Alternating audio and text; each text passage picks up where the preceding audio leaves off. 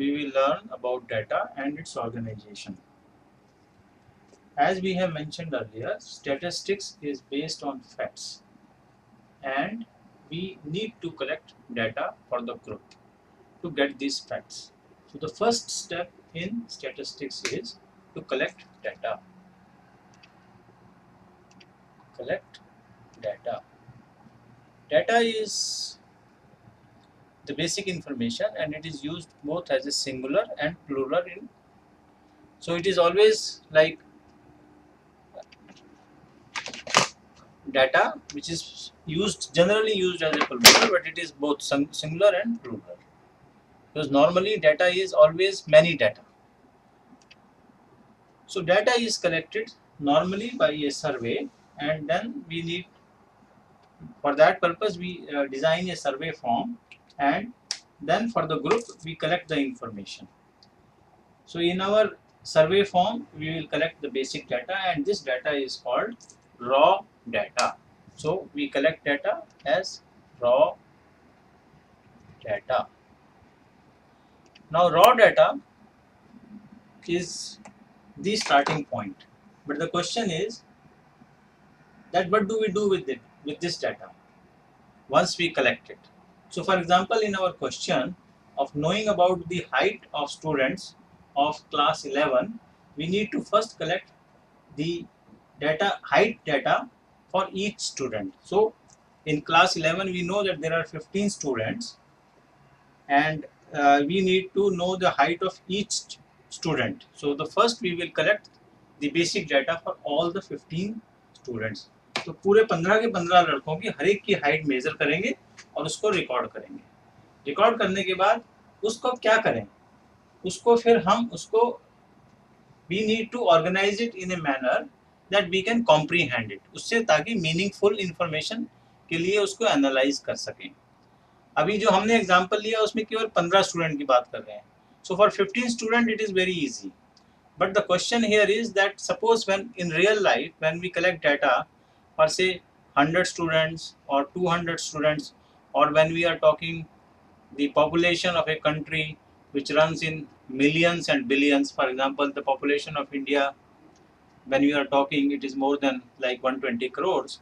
So in such situation, I mean such a massive data cannot be understood until and unless it is organized properly. So what do? We need proper method for organizing the information which we have collected, and one basic method of organizing data and recording data is called table.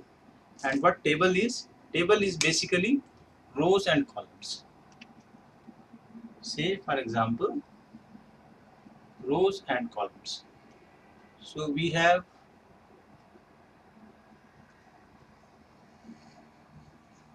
column number 1, column 2, column number 2.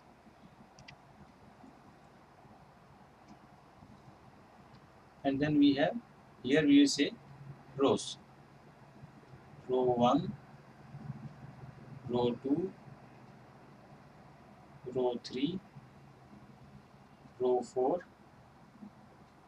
row 5, row 6, row 7, row 8, row 9, and say row 10. Now in the first column, what do we record?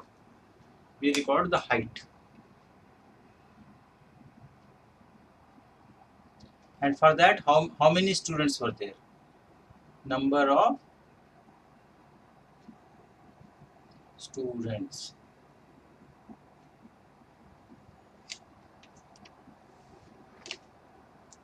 So as we have seen earlier, so number of, so we just write in short form number, sometimes number of students. So for height in centimeters, so we had first 171 centimeter, we have only one student. For 171 we also had one student.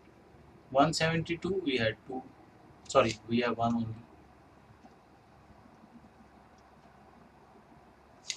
173 we had two students. 174 we had one student. 175 we have one student. 176 we have five students. 177 we have one student. 178 one student. 179 one student. So this is two column table. So this table has how many columns? This table has two columns. Two columns. The first column is height in centimeter, and second column is number of students of class 11 having that height. So this is the second column. So first column and second column. And this second column is basically what will we record here? We will record here number. So we will record here number. And this is sometimes also called as frequency. Frequency. Frequency means how frequently this is happening. So this is the frequency of students. So now if we take this column number 2 and this is column number 1, where we have recorded the height, and in the second column we have recorded the number of students, then if we add up the second column, the total of second column is 15, which is the total number of students in class 11. So this is a table. So this is a table,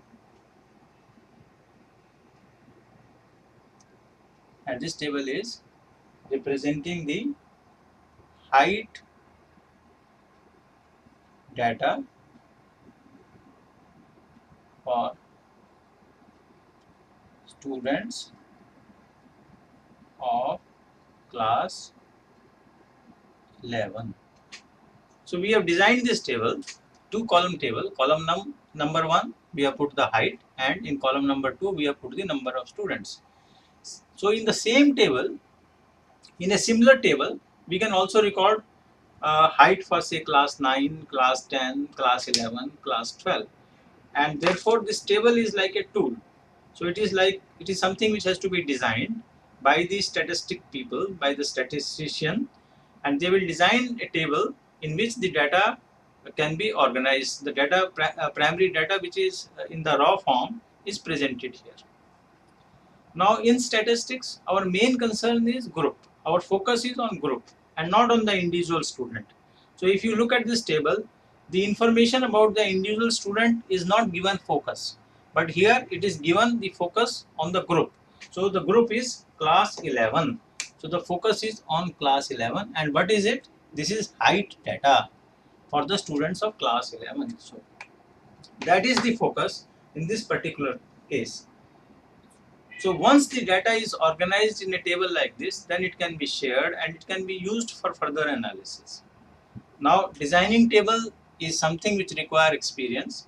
In this particular case, it is a simple table with two columns, but in real life, a table with 10 columns, 20 columns, 30 columns are quite common, and most of the real life people will have to design those types of table. And designing table is require experience and certain amount of creativity also, so that the reader is able to comprehend the information which is organized in the table. In computer, Excel is one of the important tool in which the tables are organized and designed, and the data is recorded. So when you start familiarizing yourself with the computer tables, you will see the use of Excel, and use of Excel is something which is very common in statistics.